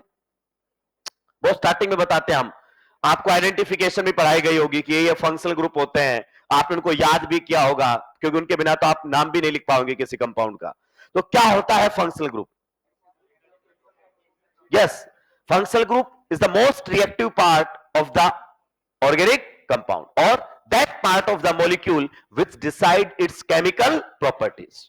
मींस किस तरीके की रिएक्शन होगी वो डिसाइड करता है आपका फंक्शनल ग्रुप। और आप फंक्शनल ग्रुप्स को जान लेंगे तो रिएक्शन एकदम आसान। जैसे मेरे को याद है, क्या बोला मैंने? मेरे को याद है कि एल्कीन्स कितने तरीके की रिएक्शन करता है? 3 तरीके की। एल्कीन्स में 2 रिएक्टिव साइट होती हैं। साइट का मतलब जगह। अगर एल्कीन में रिएक्शन हुई तो कितनी जगह होगी? 2 जगह। यह फंक्शनल ग्रुप खुद ही बताता है कि अगर मैं आपके सामने जीवन में कभी भी आ जाऊं तो मैं 2 जगह रिएक्शन करता हुआ दिखाई दूंगा। कुछ रिएक्शन तो मेरे डबल बॉन्ड पर होती हुई नजर आएंगी। कहां पर होती हुई नजर आएंगी? डबल बॉन्ड पर। और कहता है मेरे डबल बॉन्ड पर होने वाली रिएक्शंस कैसी रिएक्शंस होंगी? Addition reactions. कैसी रिएक्शंस होंगी? Addition reaction. कहता है अगर मैं एडिशन रिएक्शन शो करूंगा तो डबल बॉन्ड पर एडिशन होगा। इसका मतलब आपका चाहे इलेक्ट्रोफिलिक एडिशन हो चाहे फ्री रेडिकल एडिशन हो, दोनों में एडिशन कहां होगा? डबल बॉन्ड पर। और कहता है अगर मैंने जीवन में कभी भी क्या किया? सब्स्टिट्यूशन। क्या किया? तो मेरा जो एलाइलिक एच है वो रिप्लेस होगा।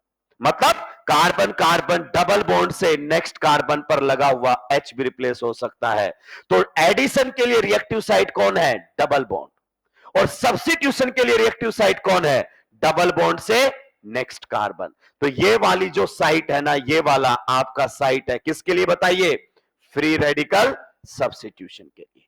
फ्री रेडिकल सब्स्टिट्यूशन के लिए रिएक्टिव साइट है। और ये डबल बॉन्ड किसके लिए साइट है? एडिशन के लिए।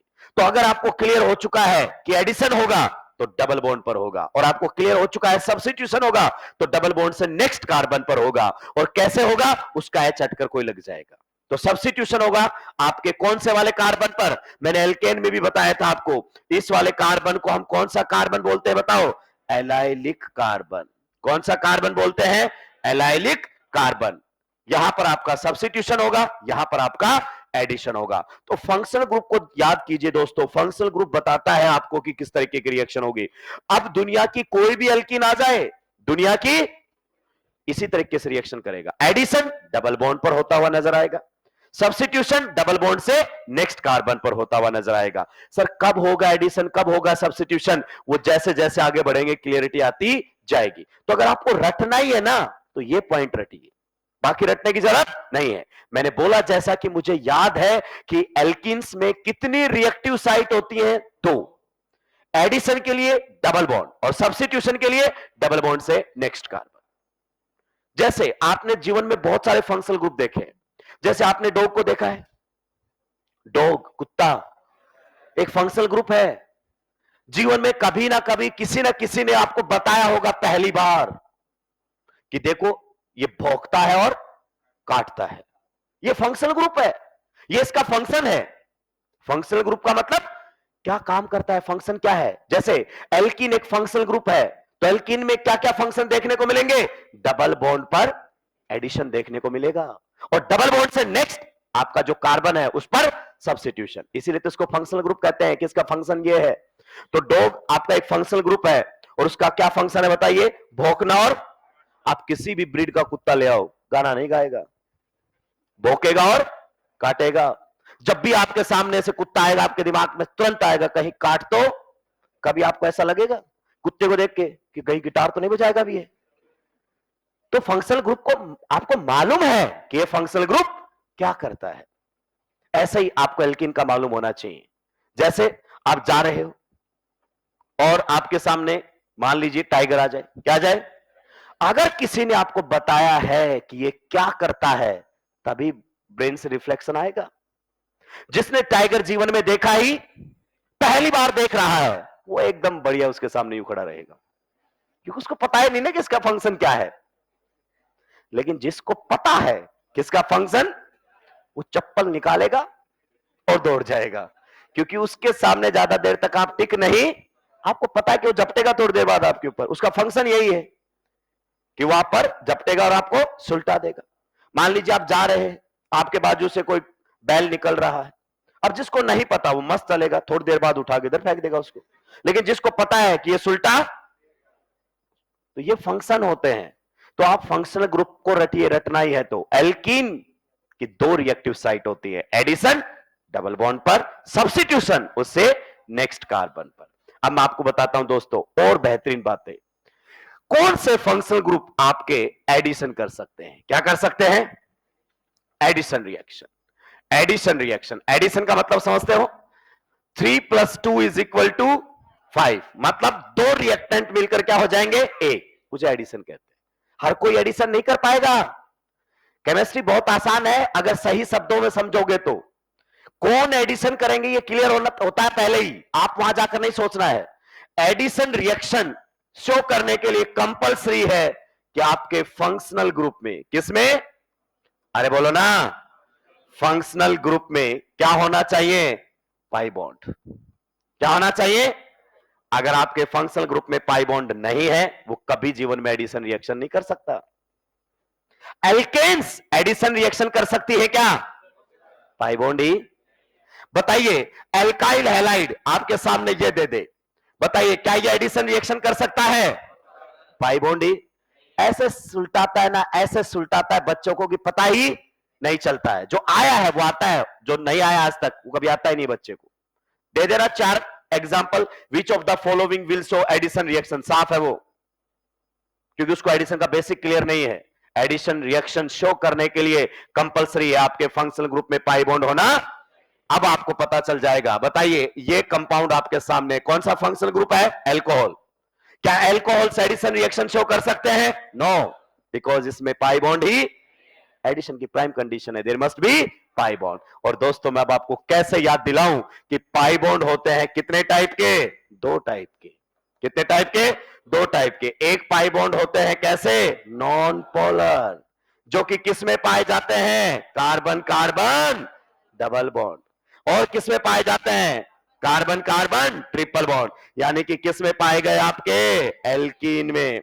और किस में पाया जा रहा है, एल्काइन में। और आप बताइए इनका नेचर कैसा होता है, न्यूक्लियोफिलिक। कैसा होता है, तो न्यूक्लियोफाइल किसके साथ रिएक्शन करना पसंद करेगा, इलेक्ट्रोफाइल के साथ। रिएक्शन कब होगी, जब एक्सचेंज ऑफ इलेक्ट्रॉन्स हो, एक इलेक्ट्रॉन दे और एक इलेक्ट्रॉन, दोनों न्यूक्लियोफाइल आ गए, रिएक्ट नहीं करेंगे, दोनों इलेक्ट्रॉन देना चाहते हैं। दोनों इलेक्ट्रोफाइल आ गए तो भी रिएक्ट, दोनों ही इलेक्ट्रॉन लेना चाहते हैं। तो रिएक्शन होती कब है, जब एक्सचेंज ऑफ इलेक्ट्रॉन्स होता है, यानी कि एक डोनर बने और एक एक्सेप्टर बने। तो अगर आपके पास कार्बन कार्बन डबल बॉन्ड वाले पाई बॉन्ड हैं, तो उनका नेचर कैसा है, न्यूक्लियोफिलिक। मतलब ये खुद क्या है, अरे खुद क्या है, न्यूक्लियोफाइल। तो इन पर कौन ऐड हो सकता है, तो ये लगी हुई डेग, इलेक्ट्रोफिलिक एडिशन। इन पर जो ऐड होगा वो कौन होगा? इलेक्ट्रो। और दूसरी कैटेगरी का पाई बॉन्ड तो आपने बताया ही नहीं, कैसा होता है? पोलर। आपके सिलेबस का polar pi bond carbon oxygen double bond. और आप जानते हैं पोलर पाई बॉन्ड वाले इलेक्ट्रोफाइल या न्यूक्लियोफाइल? अरे बोलो ना, पोलर पाई बॉन्ड इलेक्ट्रोफाइल या न्यूक्लियोफाइल? तो ये खुद क्या है बताओ? इलेक्ट्रो। किससे रिएक्शन करेंगे? तो इन पर न्यूक्लियोफाइल ऐड होगा और इन पर इलेक्ट्रोफाइल। तो आपके एडिशन रिएक्शन दिखाने वाले चैप्टर कौन से? Alkene, alkyne, aldehyde and ketone, क्योंकि यही फंक्शनल ग्रुप है आपके लेवल पर जिनमें क्या होता है? Pi bond. पहला स्टेप, एडिशन रिएक्शन शो करने की compulsory condition, the functional group must have pi bond. जिन फंक्शनल ग्रुप्स में पाई बॉन्ड नहीं है वो एडिशन रिएक्शन नहीं कर सकते, ठीक है?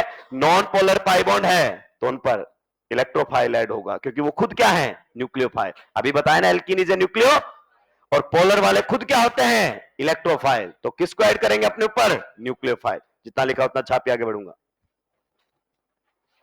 फंक्शनल ग्रुप को देखते ही क्लिक करना चाहिए कि ये क्या कर सकता है। जिस दिन इस तरीके से सब्जेक्ट को हैंडल करोगे, रटना नहीं पड़ेगा। अगर रटना भी है तो वो रटिए जिससे बहुत सारी चीजें सॉल्व होती है, रिएक्शन को मत रटिए। रटना है तो ये रटिए कि एल्कीन में कितने रिएक्टिव साइट होती हैं? 2। एडिशन के लिए डबल बॉन्ड और सब्स्टिट्यूशन के लिए डबल बॉन्ड से नेक्स्ट कार्बन का H। अब मैं जैसे जैसे आगे बढ़ूंगा तो आपको क्लियर होता रहेगा कब एडिशन और कब सब्स्टिट्यूशन।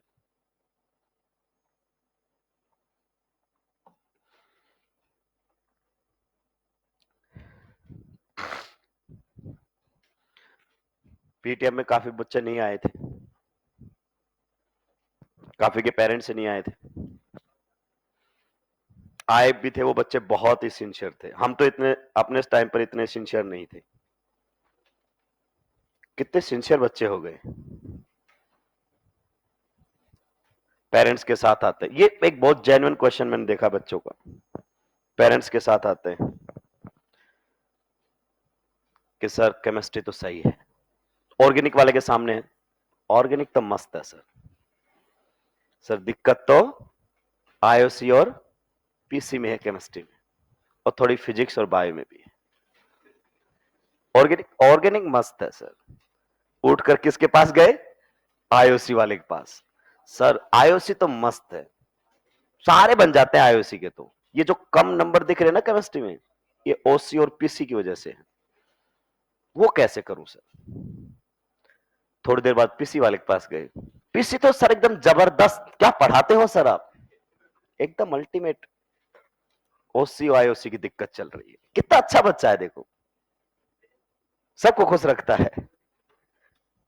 नहीं ये भी कह सकता है आके कि ये जो नंबर कम है ना, ये आप ही की वजह से है, और पेरेंट्स के सामने कह दे तो बेइज्जती हो जाए। पर हम अंदर से जानते हैं कि ये कहना क्या चाह रहा है, समझ जाते हैं। हम बेवकूफ हुआ करते थे, हमारे पेरेंट्स नॉर्मली जाते नहीं थे, जाते थे तो हम यही कहते थे कि यही मास्टर जिसका समझ नहीं आता, मुंह पे। और फिर पूरी साल मास्टर हमको ढंग से समझाता था, हर सवाल के बाद समझ में आया तेरे को, इधर आ, 2 लगाता, आ गया, बैठ जा। अगली बार बिना समझाए हम बोल देते थे सर हमको समझ में आ गया है, क्या कि जो आप समझाने वाले हो, पर पीटना मत, हम समझ चुके हैं, क्या बार बार पीटोगे हमें।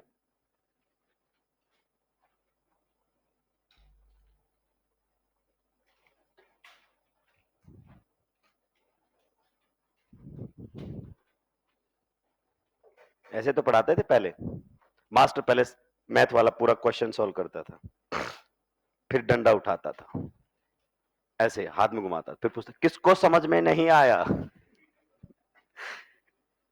बताओ किसकी हिम्मत होगी जो बोलेगा डंडा हाथ में मास्टर के कि मेरे को समझ में नहीं आया।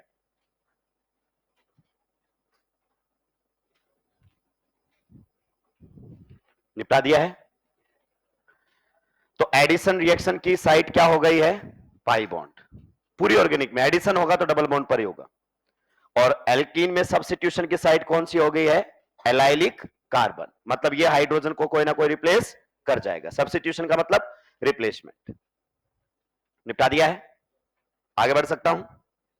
चलिए, अब हम सबसे पहले कौन से रिएक्शंस पढ़ेंगे? इलेक्ट्रोफिलिक एडिशन रिएक्शंस, क्योंकि ये कैरेक्टरिस्टिक रिएक्शन है, मेन रिएक्शन है। किस प्रकार से आपका इलेक्ट्रोफिलिक एडिशन होगा, हम उन्हीं पर ही चर्चाएं करेंगे। तो नेक्स्ट हेडिंग लगा देंगे, electrophilic addition reactions. Electrophilic addition reactions, electrophilic addition reactions, electrophilic addition reactions. आगे बढ़ सकता हूं? सभी ने लिख तो लिया है ना? चलिए, तो पहले वाले रिएक्शंस हम हैंडल करेंगे, that is electrophilic addition reactions, electrophilic addition reactions. और उसमें पहली रिएक्शन आ रही है A, addition of HX, addition of HX। HX को क्या बोलते हैं बताओ? कौन सा? क्या बोलते हैं HX को? Hydrogen halide, addition of hydrogen halide. पूरी आईओसी पढ़ चुके हो तुम, ऐसा नहीं है कि ओसी में 30 मार्क हो जाओगे, बाद में ओसी में भी ऐसे ही रहोगे। हाँ, थोड़ा ध्यान दिया करो चीजों पर। एडिशन ऑफ HX बोल दो या एडिशन ऑफ हाइड्रोजन हैलाइड। कई बार इसको इस प्रकार से भी बोल दिया जाता है, हाइड्रोहेलोजिनेशन। क्या बोल दिया जाता है? Hydrohalogenation, hydrohalogenation of alkenes, hydrohalogenation of alkenes.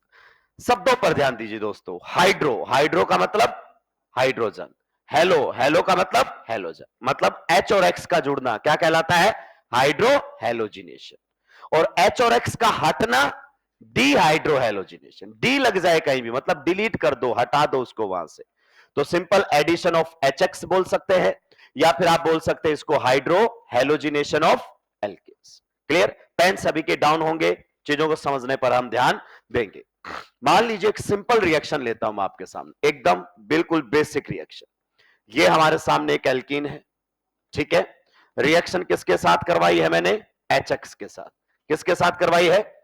HX के साथ। दोनों ने बढ़िया तरीके से रिएक्शन की और ये प्रोडक्ट बना दिया। सबसे पहले पहचानते हैं रिएक्शन का टाइप क्या है। रिएक्शन का टाइप क्या है? यहां पर आपको H लगा हुआ मिला, यहां पर आपको X। कैसे हुआ वो सब बाद में बातें करेंगे। इस रिएक्शन का टाइप बताइए क्या है, क्या हुआ है टेक्निकली। अगर आप इस रिएक्टेंट को एक नंबर दे दे, मान लीजिए 3, और इस रिएक्टेंट को एक नंबर दे दे 2, और ये आपके सामने क्या बनकर आ जाए 5, तो आप क्या बोलोगे? तो type of reaction is addition. Type of reaction is addition. क्या होता है एडिशन? दो नंबर को जोड़ के एक नंबर बनना क्या कहता है? एडिशन। तो when two reactants combine together, two reactants to give a single is addition. तो जब दो रिएक्टेंट रिएक्ट करके एक सिंगल प्रोडक्ट बना रहे हो मतलब जुड़ गए वो आपस में, एडिशन रिएक्शन हो गई है। तो टाइप पहचानने में आपको तकलीफ नहीं होनी चाहिए। तो ये तो आपके सामने हो गई, यार तो सीधा हो गया ये रिएक्शन। पर ये हुई कैसे? कुछ नहीं चमका। ये रिएक्टेंट दिए हुए हैं, ये प्रोडक्ट दिए हुए हैं, कुछ भी समझ में नहीं आया कैसे ये रिएक्शन हुई। तो कैसे हुई ये कौन समझाता है? मैकेनिज्म। आप हमेशा ध्यान रखिएगा, आप काइनेटिक्स पढ़ चुके हैं। This is a complex reaction. ये कोई elementary reaction, it will complete in more than one step. एक से ज्यादा स्टेप पे कंप्लीट होगी रिएक्शन। तो मैकेनिज्म से आपको चीजें समझ में आएंगी। तो ऑर्गेनिक में जब भी वर्ड मैकेनिज्म लिखा हुआ मिले, क्या लिखा हुआ मिले, तो घबराना नहीं है, वो आसान बनाएगा। आप देखना कुछ रिएक्शंस की जब मैकेनिज्म नहीं लिखूंगा तब आपको तकलीफ होगी, मैकेनिज्म लिखने पर तो चीजें क्या हो जाएंगी? आसान। आइए थोड़ा समझते हैं, बाकी बातें अगली क्लास में भी हम करेंगे। मैकेनिज्म किस तरीके की बातें करता है जरा ध्यान से सुनिए। क्या आप एल्कीन्स का नेचर जानते हैं? इलेक्ट्रोफिलिक या न्यूक्लियोफिलिक? न्यूक्लियोफिलिक मतलब इलेक्ट्रॉन देगा या इलेक्ट्रॉन लेगा? एल्कीन पहले से जान चुके हम, एल्कीन्स आर न्यूक्लियोफाइल्स, मतलब ये इलेक्ट्रॉन देने के लिए आए रिएक्शन के अंदर। तो सामने वाला आपका क्या होना चाहिए? Electrophile.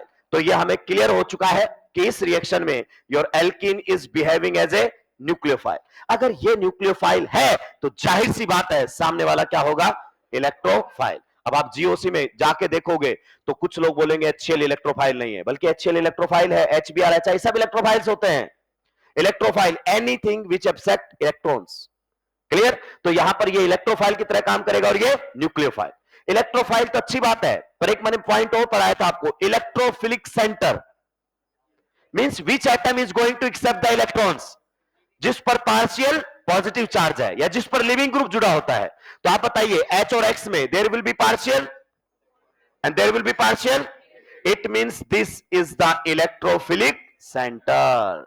This is the electrophilic center. अरे क्या समझे इलेक्ट्रोफिलिक सेंटर से?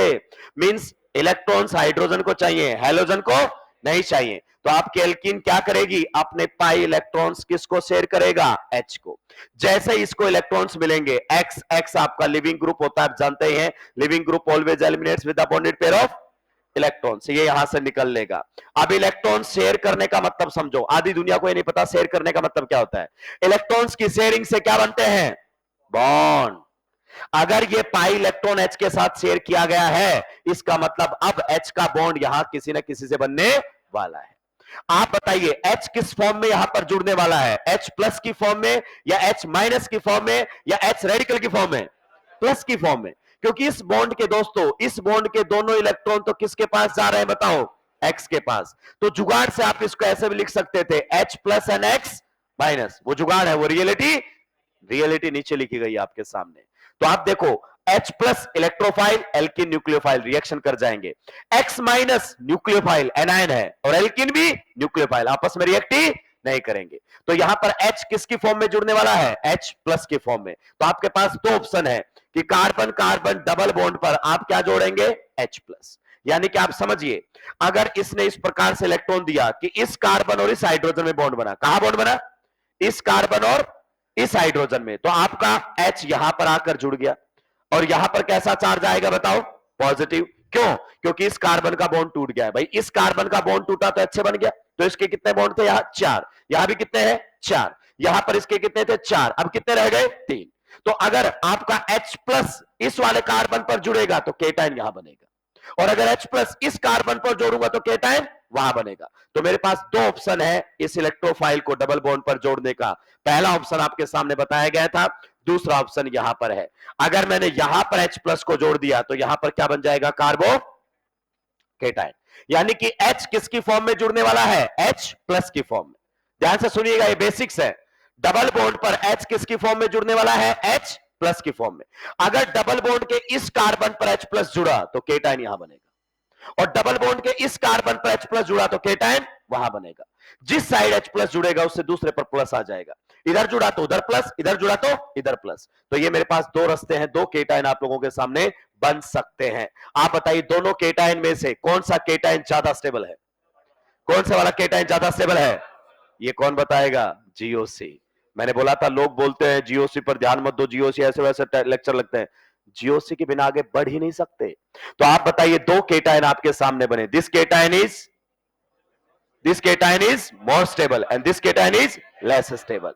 तो अभी हम अगली क्लास में इसको कंटिन्यू करेंगे क्योंकि अच्छा खासा टाइम लगेगा, दोबारा लिखना पड़ेगा। तो आप चाहे तो ना लिखे, कोई दिक्कत की बात नहीं, शुरुआत से शुरू कर दूंगा। पर आप इतना ध्यान रखो, बस हमेशा इतना ध्यान रखो, अगर डबल बॉन्ड पर इलेक्ट्रोफाइल जुड़ेगा, कौन जुड़ेगा? इधर देखो, ये इसको अपना इलेक्ट्रॉन देगा। इलेक्ट्रॉन देने का मतलब ये इलेक्ट्रोफाइल इस दोनों कार्बन में किसी एक के साथ बॉन्ड बनाने वाला है। अगर इस पर इलेक्ट्रोफाइल जुड़ा तो केटाइन यहां बनेगा, और अगर इस पर इलेक्ट्रोफाइल जुड़ा तो केटाइन। बस आज के लिए इतना ही ध्यान रखना है। कहां केटाइन बनाना है वो मैं आपको अगली क्लास में बताऊंगा, पर आप याद रखिए डबल बॉन्ड के इस कार्बन पर इलेक्ट्रोफाइल जोड़ा तो केटाइन यहां जोड़ा तो केटाइन वहां। कहां बनाना है वो हम अगली क्लास में डिसाइड करेंगे। आज के लिए इतना ही, बाकी बात करेंगे अगली क्लास। चलिए, आप सभी का बहुत बहुत धन्यवाद। ईएलपी मैंने दी हुई है, जीओसी की सारी ईएलपी सोल्व कर लेना, वन बाय वन धीरे धीरे डिस्कस कर लेंगे।